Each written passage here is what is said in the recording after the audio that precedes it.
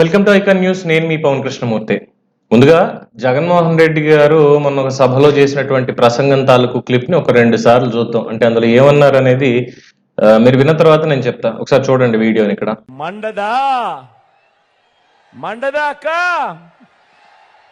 మండదా చెల్లి, మండదా అన్న, మండదా తమ్ముడు. చూశారు కదా, మండదా, ఎండ మండుతోంది, నిజంగానే మండుతోంది. మరి ఆయనకి ఏం మండిందో తెలియదు. అంటే నాకు అర్థమైంది, నేను అనుకున్నది ఏంటంటే మండదా మండదా అంటుంటే ఎండల్లో మీరు నా సభలకు వస్తున్నారు కదా, మరి మండదా మండదా మండదా అని అక్క, చెల్లి, తమ్ముడు, అన్న అని అడుగుతున్నాడు అనిపించింది నాకు. కానీ దానికి మీనింగ్ ఏంటనేది నారా లోకేష్ చెప్పేదాకా కూడా నాకు అర్థం కాల. ఏంటి అనేది చూస్తే నారా లోకేష్ వాళ్ళు ఒక ట్వీట్ వేశారు. ఎందుకు సంబంధించి అంటే జగన్మోహన్ రెడ్డి గారిని ఎవరో రాయిచ్చుకు కొట్టారు కదా, ఆ రాయిచ్చుకు కొట్టినటువంటి దాంట్లో నిందితులు ఎవరు ఏంటనేది ఇవాళ బయటపడింది. అసలు మ్యాటర్ బయటకు వచ్చింది. ఆ మ్యాటర్ ఏంటి అనే దానికి ఆల్రెడీ ఎక్స్ప్లెనేషన్ ఇవ్వడం అంతా అయిపోయింది. ఆ సతీష్ అనేటువంటి వ్యక్తి, అజిత్ సింగ్ నగర్ కి చెందినటువంటి వ్యక్తి జగన్మోహన్ రెడ్డి గారి సభలకు రావాలని పిలిస్తే వెళ్ళాడని, క్వార్టర్ బాటిల్ 350 రూపాయలు ఇస్తానని చెప్పారు, కానీ మందు ఇచ్చారు కానీ డబ్బులు ఇవ్వలేదన్న కోపంతో రాయిసిరేను అని చెప్పి పోలీసుల దగ్గర చెప్పాడు. సరే, వాళ్ళు ఇంకా వెతుకుతూ ఉంటారు అనుకోండి, ఏ లింకులు ఉన్నాయి అతనితోటి, అతని తెలుగుదేశం పార్టీ కార్యకర్త ఏంటి అనేది కూడా వాళ్ళే పుట్టించేస్తారు రేపు ఎల్లుండో.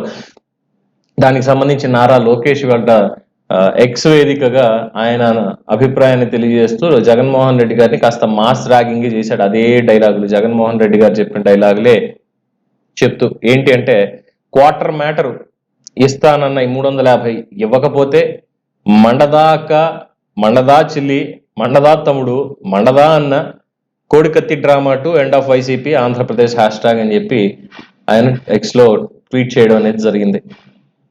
ఏం చెప్పుకోవాలంటే జగన్మోహన్ రెడ్డి గారు ప్రతిపక్షాలకి, ప్రత్యర్థులకి మీరు నన్ను ర్యాగింగ్ చేయండి రా ప్లీజ్, కమాన్, ర్యాగింగ్ మీ అని చెప్పి అవకాశాలు ఆయనే ఇస్తున్నాడు.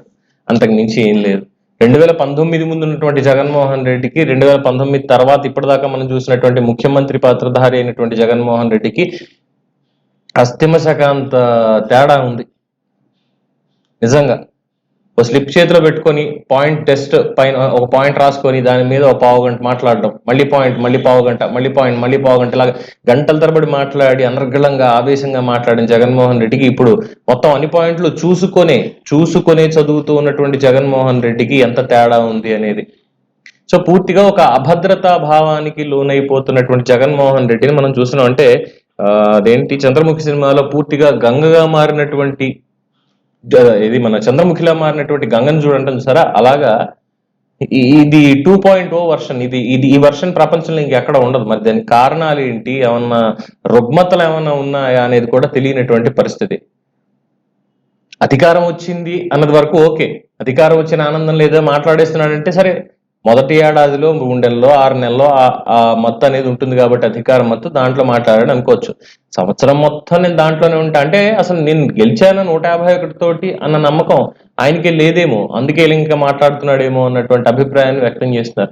ఇక ఎందుకులేండి, చెప్పుకుంటే ఏముంది కానీ చెప్పుకోవడానికి. అక్కడ ఇంకా గట్టిగా మాట్లాడితే పాపం వైసీపీ వాళ్ళు గొక్క పెట్టుకుని ఏడుస్తారు. వాళ్ళకి శత్రువులు ఎక్కడో లేరు, వాళ్ళకి శత్రువులు జగన్మోహన్ రెడ్డి రూపంలోనే ఉన్నారు. జగన్మోహన్ రెడ్డి వైఎస్ఆర్సీపీ కార్యకర్తలందరికీ ముందు శత్రువు. ఎందుకంటే వీళ్ళు బయటకు వచ్చి మా అన్న సింగిల్ గా వస్తాడు, సింహంలా వస్తాడు, పులివెందులో పులిబిడ్డ, రాజశేఖర్ రెడ్డి గడుపును పులిలో పుట్టిన బిడ్డ అని ఎలివేషన్లు ఇచ్చుకుంటూ మా నమ్మకం నువ్వే జగన్, నీతోనే మేమంతా, ఇలాంటి పనికి మాలిన స్లోగన్లు ఇచ్చుకుంటూ, సరే ఏదో ఎలివేషన్ ఇవ్వాలి కాబట్టి ఇచ్చుకుంటూ వెళ్తారు. కొట్లాడకుండా, గొడవ పడకుండా, అడిగిన దానికి సరిగ్గా సమాధానం చెప్పేటువంటి వైఎస్ఆర్సీపీ కార్యకర్త అయినా సరే, చాలా పద్ధతిగా మాట్లాడేటువంటి కార్యకర్త అయినా సరే వెళ్ళి ఏంటి సంగతి, ఏంటిది, ఏం చెప్తావు ఇప్పుడు, ఎలివేషన్ ఏమిస్తావు దీనికి, మండదా అంటే, రే నాకు మండుతోంది, వాటిని చెప్పుకోలేక, మా వాడిని గురించి చెప్పుకోలేక మండుతోంది నాకు, నిజంగానే అడిగాడు, నిజంగా చెప్పాలని ఉంది నాకు, మండుతోందని ప్రతి అక్క, ప్రతి అవ్వ, ప్రతి తాత, ప్రతి అన్న, ప్రతి తమ్ముడు, బాబు మండుతోంది నీ వల్ల మాకు ఇక్కడ అని చెప్పాలని ఉంది, చెప్పలేకపోతున్నాం, ఏం చేస్తాం, 5 ఏళ్ళు నెత్తి మీద పెట్టుకుని మోసాం కదా, తప్పదు ఇంకా అభిమానం ఉన్న తర్వాత.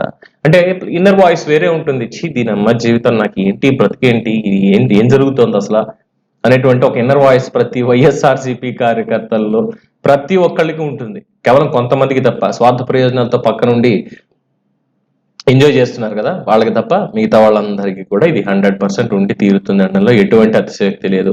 సో జగన్మోహన్ రెడ్డి గారు 100కి 100% ఈసారి ఓడిపోబోతున్నారు. దేవుడు స్క్రిప్ట్ ఏం రాసింది ఏమీ లేదు ఆయనకి, రాసిందంతా కూడా ప్రజలే రాశారు, ప్రజలే స్క్రిప్ట్ రాశారు. నాకొద్దు ఇంకా నీ మీద నమ్మకం, మాకొద్దు జగన్, మా నమ్మకం నువ్వే కాదు మాకొద్దు జగన్ అని చెప్పి వాళ్లే చెప్తున్నారు.